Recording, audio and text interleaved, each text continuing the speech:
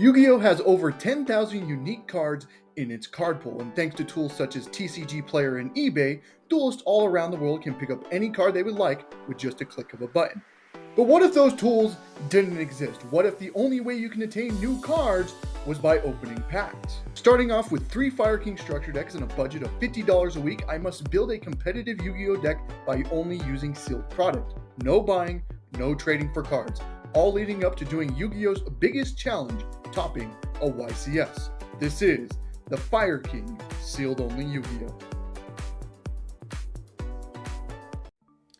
Alrighty, time to get serious. So if you don't know, YCS Anaheim is in 1 month, and obviously the main goal of this series is to try to top a YCS. Now, I do think our deck is very solid, but it does have room to improve, and we have the perfect opportunity to improve our deck with Quarter Century Bonanza releasing next week, and that set has a lot of cards we can use. It has the Dia Bellstar stuff and the Wanted package. That's a very important thing because that not only gets us to our Fire King stuff, but opens up different avenues for us as well. It has Promethean Princess, which is a very important extra deck card that we do need for our strategy. It also has generic cards like SP Little Knight and Triple Tactics Thrust that we can use. And unlike the 2024 tins, the pull rates aren't that terrible. We can actually pull some of these cards out of just a couple packs, and that's really good when you're on a $50 budget. So a very good set indeed, but that set releases next week. So what are we going to do this week? Well, instead of opening Rage of the Abyss as our prize pack openings, I'm just going to outright open it for this week's opening, just because we're still missing Volcanics and we very much need that card for our strategy, especially if we get to like the Promethean and the Wanted stuff next week. So we're going to be opening up Rage of the Abyss this week. So without further ado, let's get to the opening. Alrighty, so we're opening up Rage of Abyss this week, and as you can clearly see, this isn't like a box. This is I don't even know what you necessarily call it. I think it's like a miniature box. I found this at Walmart. As you can see, there's only 4 9-card packs, so there's only 4 packs of Rage of the Abyss. It comes with one of these tokens, which is really cool as well. This ended up only being like $17, so I got like 2 more over here that are off screen. So we have a total of 3. So I think the total price ended up being like $51. It went $1 over, but that's fine. It's still pretty much in the budget for us. But there's only 4 packs per box, so we're only going to be able to open 4 packs of Rage of the Abyss, which is fine. All we really need is the 1 Volcanics, and then we're done with the set. We don't need anything else from the set. We just need Volcanics. Like the super rare Final Bringer of End Time isn't terrible, like if we get that as one of our supers, but technically we just need the Volcanics, and that's it. So we hope to God we can open 1 Volcanics out of one of these 12 packs. So without further ado, let's get into the opening. Alrighty, 12 packs of Rage of the Abyss is now going to be coming up, but I do want to show you the tokens I did get from this set. So we got 1 Yugimoto and 2 of the Arc V character. I kind of forget, Yue Sasuke, I think that's what you're called, if I'm not mistaken. But we got 3 tokens, so technically we have tokens to use now for like whenever we need them. But you know, cool little pickups, pretty nice. But that's not what we got these packs for. We got them for Rage of the Abyss. We need an Volcanic, so let's get into the pack opening, shall we? So we'll start off with the first pack here. I'll kind of move this over here again. Final Bringer of End Time would be a nice super, but we're really just looking for Volcanics. If we pulled Volcanics, that'd be very nice. Let me get this focused up here. So I think there's really nothing we can really do in the common. Again, we have some of these already just because we have been opening it as our prize packs for locals, so that's pretty cool. Metal Illusionist. This is like our 3rd copy of this card. We have a full playset of this card, and we can't fucking use it. This could be Final Bringer of End Times, for fuck's sakes. And we're just not getting in. And just a couple more commons we cannot use. There is a good chance we're just going to pull 12 supers out of these packs, which if we do, we do. It happens, you know. It's 12 packs. I'm not expecting much, but, you know, we still want an Volcanics at the end of the day, and this gives us, you know, a good chance of getting the Volcanics here. So we have a lot of stuff. What the fuck? We got a secret. That's fucking insane. Holy shit. I kind of like skipped over it because the combos were kind of sticking together, but what the fuck? That's a card we can use too. That's wild. Okay, that's not the right secret. We need Volcanics, but like that's like the best secret in the set if you aren't going for any of the Fire King stuff. But I guess for this series, it's the 2nd best secret. But oh my god, we have a Full Ross and an Impulse now, but not an Volcanics. That's Hilarious. That's insane. Okay, we'll take it, I guess. That's fucking wild. I guess that's a hand trap for us in our deck. So we'll take it for sure. Next pack up here. Just kind of skip through I just skipped through the super once again. Azamina, Diabatros. I don't know. We need the Azamina stuff. Like, we need to play Sinful Spoils. This isn't like terrible. We just don't have the package for it just yet. Again, not really the super that we kind of need. We kind of need, again, the Final Bringer of End Times, because that's really a good one here. My bad. Let me get this on screen as I adjust my chair there. So last pack of the first box here. So we still have 8 more packs. All right, so kind of just skip through the commons once again, try not to screw it up this time. I think it's the next one, and we got Scumming Song Morganites. Yeah, we're not playing anything that would take advantage of this whatsoever. So that is the last super rare for us. Now on to the second box, technically now. Again, we pulled 4 Ross. I don't know what else we can really... Again, if we pulled Volcanics, this would be an insane opening. We got Yugioh armor, whatever this is, and okay, that's our super. We kind of skipped to it, but we got Final Bringers of End Time. That's another card we can use for our strategy. This is our first one. If we pull 3, we'll play 3. This card's really, really cool. So again, we'll use this for sure. But again, we're looking for Volcanics. But again, I mean, I can't really complain. We pulled a 4 Ross. Like I don't know how much I can really complain about that. Next pack up here. Oh my god. Okay, let me just kind of skip through this. I think it's the next one here, which is just a random fusion we cannot use. That is for sure. Third pack of the second box here. Okay, let's see. Man. Okay, Insect Invitation, Primite Howl, Sister, Max Metalmorph, and a... Really? Really? Another one? Are you fucking kidding me? Fuck this card. We don't need this card. This could have been another Final Bringer of End Times. Fuck you. Alright, last pack up here. So we just pulled supers out of this box technically, but I mean, that isn't like the worst thing in the world, I guess. Again, wasn't really expecting anything, but I mean, we pulled the best secret in the set here. And then we pulled an Ultra, Primite Imperial Dragon. We're not playing any normal monsters, so we can't really do anything with this, but I mean, it's still an ultra rare, I guess. I guess we'll take it. What? Okay, that was the second box. Now on to the third box here. Again, pile's getting a little bit disorganized. I don't really care. Those are super rares. Alrighty. Valmonica Counter Trap that we're not going to be able to use. Battle Wasp Synchro. Primite Howl. Man the Ultra Human. And a Metal Zoe X. Man. Imagine if we were doing this like archetype as a sealed only. We would have so much for it, but we're not. We're not doing that.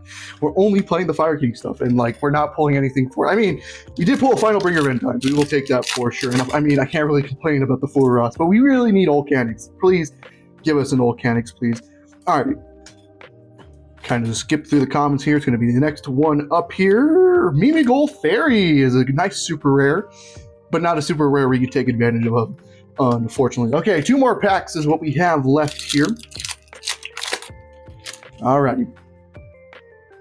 Alright, Reincarnation Male, XYZ Poseidon Splash, Azamina Determination, the sister cards once again for our holo. It's a Surfacing Big Jaws as our ultra rare, which is cool. Nice ultra rare, but nothing we can really use it for.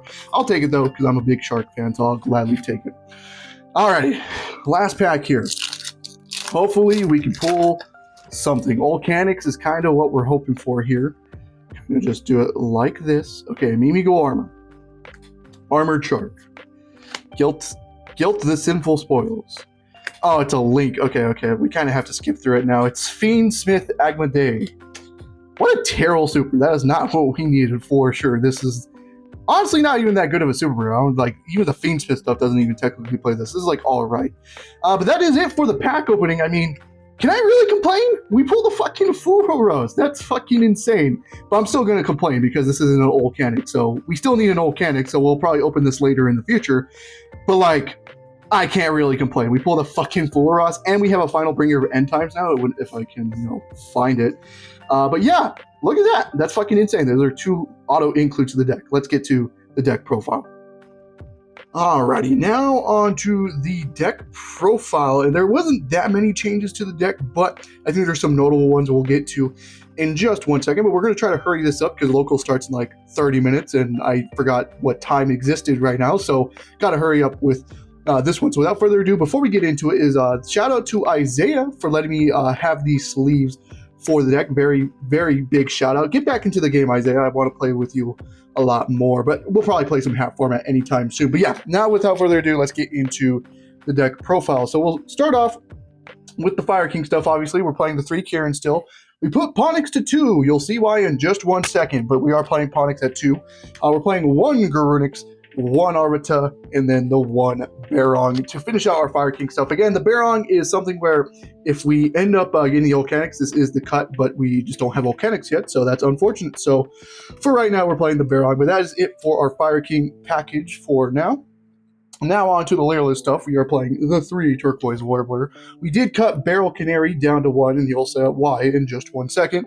The 1 Cobalt Sparrow, and then the 1 Sapphire Swallow as well. This is our lineup for the Layerless package, so really, really good for us that we are playing this. Again, you'll see why we cut Barrel in just 1 second to 1, but yeah, pretty much standard stuff for the Layerless stuff. Now on to the Tri-Brigade stuff. We're still playing, of course, our 2 Fractal. We are playing 2 Nervals now. We did increase it to 2. We're playing the 1 Kuras and then the 1 Kit as well. Very good thing. Again, we're playing the Nerval to 2, which is what we kind of need, because this ended up being like a brick most of the time because I drew the 1 on Nerval, so which turned off like a Fractal or turned off a Kit dump or something like that, which is unfortunate, but I think putting it to 2 is probably correct now. And again, you'll see why in just 1 second. We're no longer playing the Nadir package like I was saying last week in the locals, when I was talking about locals. I don't think we really need the Nadir package anymore, so we did cut that. So now on to the going second card we're playing. We're playing 3 Droll and Mockward, 1 Ghost Mourner Moonlit Chill, of course, the 1 Fool Ross that we ended up pulling this week. This is an absolutely insane card for us. We'll take that for sure. For spells, we're playing the 3 Dark Hole and then the 1 Final Bringer of End Times. Again, a really, really good card for us. I did cut the Kaijus to kind of fit in the Fool Ross and the Final Bringer of End Times that we did pull today, so pretty good. And then last card, of course, is Infinite Impermanence for us. So that is our going second cards now. Again, I did cut the Kaijus over the Dark Hole just because technically Dark Hole can be used going first to get rid of like a dead Ponix in our hand. We can just Dark Hole a fire and then, then Ponix effect a special. So technically Dark Hole is a little bit better. Now on to the spell card. We are playing 3 Jack in the Hand. This is why we're playing a lot of 2-ofs in the deck now, just because I think this is a really good searcher for us. Just to be able to get into access to one of our engines, either to the Layerless engine, the Tri-Brigade engine, or the Fire King engine. So this is really, really cool. Obviously, we don't get to pick first. Our opponent gets to pick first. But, this technically does give us an access. So I did cut the Nadir package for the Jack in the Hand. We're playing only 2 tanky. Again, we're only playing 2 just because I needed to put more stuff for like the Jack in the Hand stuff, but we're also only playing the 2 because Fractal is really the only search target. We really don't want to search Arvita off this anymore. So just playing it at 2, just having 4 copies of Fractal is probably fine. We're playing 2 Layerless Bird Calls still, and then of course the 1 of Sanctuary, the 1 of Island, and then the 1 of Skyburn as well. And that will finish out our spells. So let me just quickly put this back in order. Now let's get into the extra deck. Again, the extra deck hasn't changed since last week, so there's really no point, so we'll kind of skip through it. But we are playing the 2 tokens we did pull this week. So we have Yugi and Yugioh in our extra deck, so pretty nice. But these are in the, we're actually going to use the tokens. So we're playing, of course, for the links, 1 Hida, 1 Proxy, 1 Farajit, the 1 Rugal, the 1 Omen, and then the 1 Mech Knight Crusadia Avermax. Again, pretty standard stuff. I do really like it. So this is a really good lineup. Again, the Avermax can be like a flex spot. We don't necessarily need the Avermax, but I think this is a really good lineup for us in for links at least. I wish we could have a little bit more, but we don't have it just yet. My bad. Now on to the XYZs. We're playing 2 Layerless Recital Starling. We are playing the Promenade Thrush, the 1 Assembled Nightingale. Of course, we're playing the Zeus to pair up with it as well. And of course, we're playing 2 Garunix, High Eternity. Again, this is again what we played last week. I do like there were 2 Recital Starling, 1 Promenade just out back row. Assembled into Zeus is also very insane. And then the Garunix is obviously Garunix. We can technically only play 1 of this, but I like 2 of it, especially since we're still pretty much bare bones when it comes to the extra deck. We don't have any of like the powerful links that the actual meta deck actually plays. And then the last 2 cards, we're still playing Wind Pegasus and Titaniclad. Now, this might seem a little weird because we did cut the Nadir package, but we still want Ultimate Slayer targets, and these are, like, Wind Pegasus is technically the best synchro, and we don't really have another fusion that's really good, so this is just a fusion we'll just throw in just for an Ultimate Slayer target. So that's really all they're really here for, is for Ultimate Slayer targets, and that's about it. Now on to the side deck. We are playing 3 Alpha still. We are playing the 1 Sacred Phoenix Ignestus for like Labyrinth or something like that.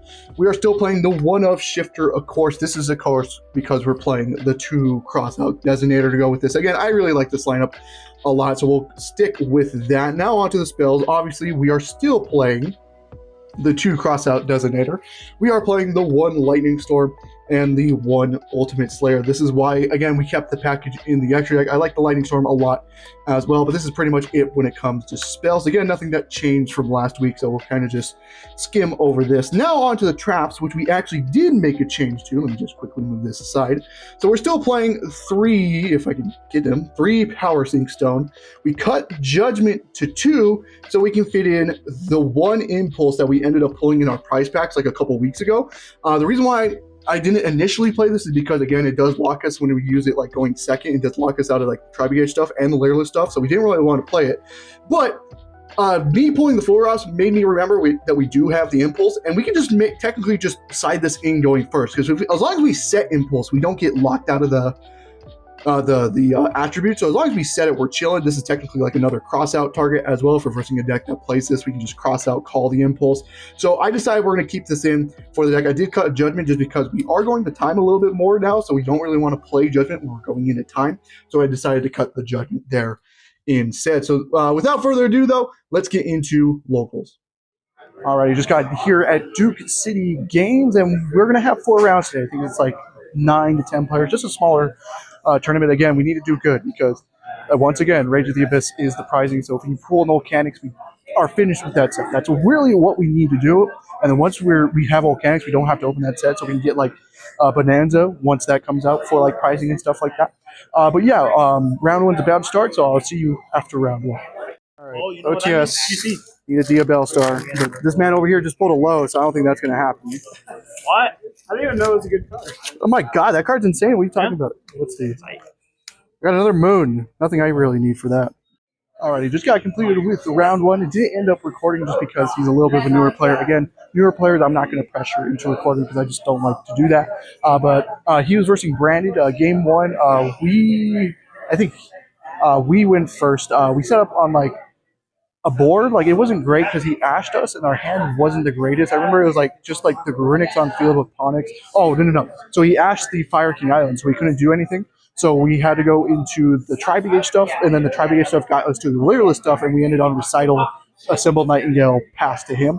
He couldn't really do anything. Again, we can't die under that setup because it can't be the Assembled Nightingale, and the Recital couldn't be targeted.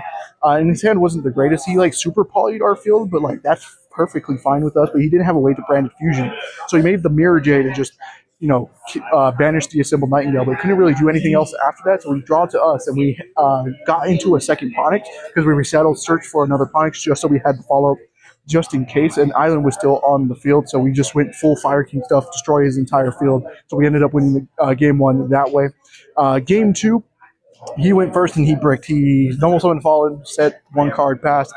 I assumed it was Super Poly, and that's what it ended up being, a Super Poly, but Super Poly was just not enough against the hand. Our hand was just cracked. We played through so much, and we OTK'd him on that turn. We had access to all 3 engines, so we ended up winning game 2. So we 2-0'd in round 1. So yeah, round 2 is about to start, though, so I'll see you after round 2. All right, we just got completed with round 2, and we took the L, unfortunately. Did record for this one, so you'll have some footage for this. We ended up versing Tempot. Game 1, our hand was just not playable. We went first because he won the die roll and made us go first. Our hand was like Kirin, Warbler, Dark Hole, Imperm, and like a final bringer of end times, which just that hand does nothing. So we just like set, pass, and he lightning storms, and then just goes full temp by combo. So we just straight up end up losing game one. Game two, we made him go first just because he doesn't really have anything to stop us. So he goes first. He ends on the seals, and he has the trap card, the tempi trap card. So we have to play around that. So we go. We have warblers. We jack in the hand. We special warbler effect to special cobalt from the graveyard, and then we got cobalt to get into a. I think we searched like a Ponix off of it. We then he goes seals, bounce back the cobalt sparrow, so we couldn't make an XYZ. So he summons Genroku, so we're kind of just screwed. So we can't summon another guy, or we have to be forced to battle phase to the trap. So I kind of make a really good play. So we hard drew the island. So we activated island effect. We also drew Kieran, which was also broken as fuck. We popped Kieran, search Garunix, Kieran Chainlink 1 in graveyard, Garunix effect Chainlink 2. And that just was insane. So we special Garunix, Kieran special Ponix, and then popped the Genroku, meaning the trap is just completely turned offline. And that was just pretty much the end of the game. We went forced out the other back row. I think it ended up being a droplet that didn't necessarily matter. So we went full combo. We just OTK'd him after that. So we played really well in game two. And then game three, our hand just wasn't good. It was okay. It was a Takey, Garunix, Kieran, Shifter, and a crossout, which like the Shifter was only in there because of crossout. So nice draw by me. We have to go. He full Rastas. I didn't decide to cross out that just because I was like, one, we sided out of the Full Ross, but two, I was like, we could somewhat play around that. So we go Tinky, he ashes. I'm like, damn, kind of wish I had a cross out for this Ash Blossom right now. Unfortunate. But so we actually just ended up activating Shifter, pass, because I know the deck can sometimes just not OTK through Shifter just because of the weird hands, but his hand can do it. He had Genroku, he had a normal summon plus Chandra, which does do it. We did have the Kieran and Garunix in hand, but that doesn't really do anything because he also hard drew the Sangan, the quick play spell, so we just hard lost game two. So we ended up losing round two. Round three is about to start in a couple minutes, so I'll see you after round three. Alright, as you can clearly see with the background of the video right now, we're no longer at locals because I forgot to do the round 3 and round 4 recaps at locals, but I did get the footage for it, so we'll do the recaps right now. So round 3, we ended up versing against Snake Eyes. He won the die roll and chose to go first. Our hand was actually pretty good. We had Imperm Ghost Mortar plus like 2 Lyrilists and a Bird Call. Really, really good position to be in. So he's doing his combo, and I realized like he has the Deception and the Fiendsmith stuff, but he doesn't have a way to the Snake Eyes stuff.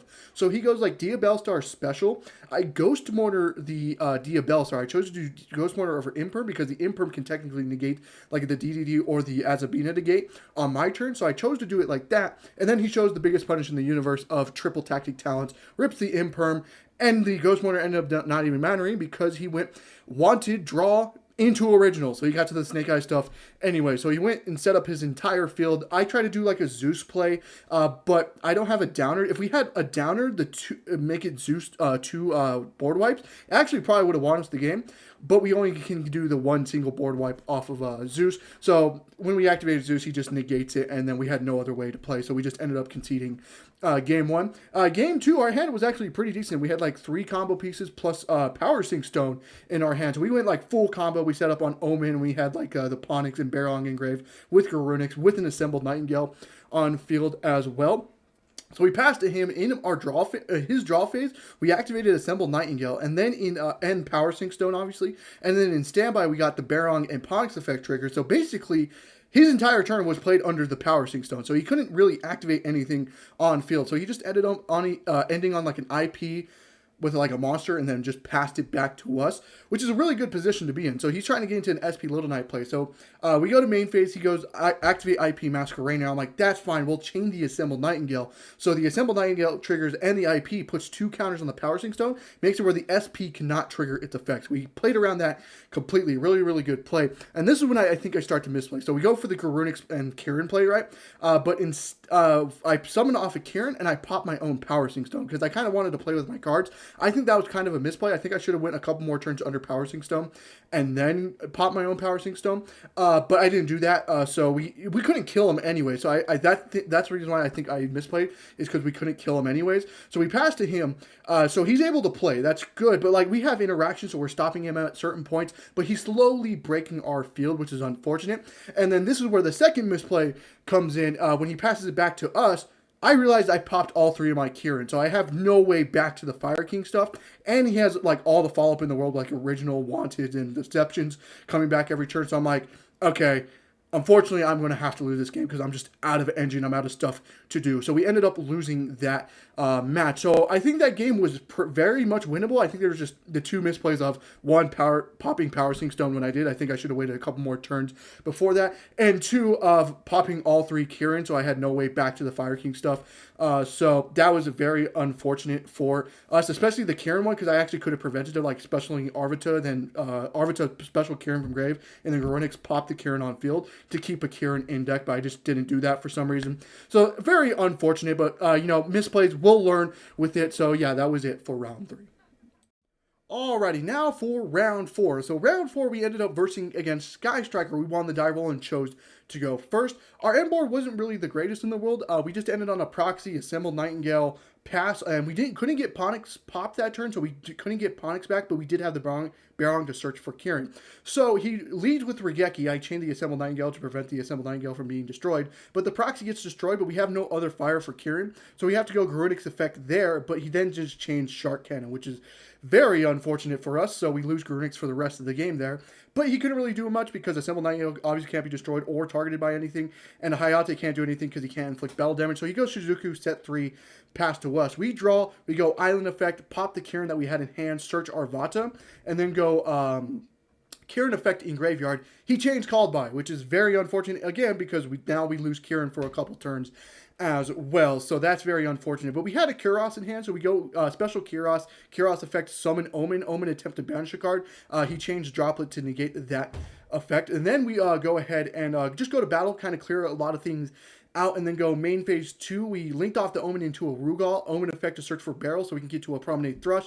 Promenade Thrush force out the last back row, but we couldn't make Promenade Thrush protected under Cobalt because Cobalt was still under Assembled Nightingale, so a little bit of a misplay from me. And I decided not to make Zeus because I think Zeus was actually worse for us than it was for him because I know he has a Widow Anchor in hand as well. So we just pass on the Promenade Thrush, Assembled Nightingale, activates Assembled Nightingale to make sure our guys can't be destroyed. But then he just goes Afterburners, target the Rugal, destroys it, and then destroys the island, which we don't have a fire to protect for Sanctuary, so we lose the island. And then he just goes Widow Anchor, take the Promenade Thrush because it can be targeted. So, and I just see the writing on the wall. I just end up conceding game 1. And then game 2, I made him go first because I know Striker can't really do that much going first. So he just ends on like a Shizuku set 3 pass, and he has no spells in graveyard, so I don't have to worry about the the second effects of the Sky Striker spell traps.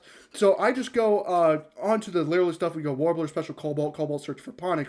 He goes D-Berry to make sure we don't XYZ summon, which is perfectly fine with us because we have Link, so we can pretty much still play. So we special Alpha, then go Link into a Ferrigite, and then we go Island, we go Ponix Island, pop Ponix, search for Garunix. Garunix special. Garunix effect, we ended up popping the Sacred Phoenix of Nethys. That will force out the last 2 back row eventually. So I decided to play a little bit safe because I don't want to run into a Shark Cannon, and we want to keep Garunix. So we go attack over with Ferrigite, then Garunix, or Alpha attack, then he goes Shark Cannon, banish the Sacred Phoenix Nethys, and then chain the linkage to summon another dude, but that's fine. So we pretty much forced out everything, and we didn't really lose much. So we linked the Alpha and the Ferrigite into a Proxy F Magician, and then just passed on that because we had a Kieran in hand as well.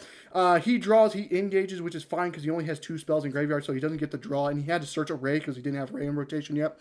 So he goes Ray, go into Gagari, get back engage, search for an Afterburners, and then Afterburners attempt to pop the Proxy. We just chain Kieran, so to make sure that we can protect our island, and we have now the rank 8 setup, so he makes the Hayate. We chain the Sanctuary overlaying to pop the Hayate, which is fine. He gets Ray effect. That's perfectly fine with us. We just made sure Hayate couldn't attack, and he can't make another one, right?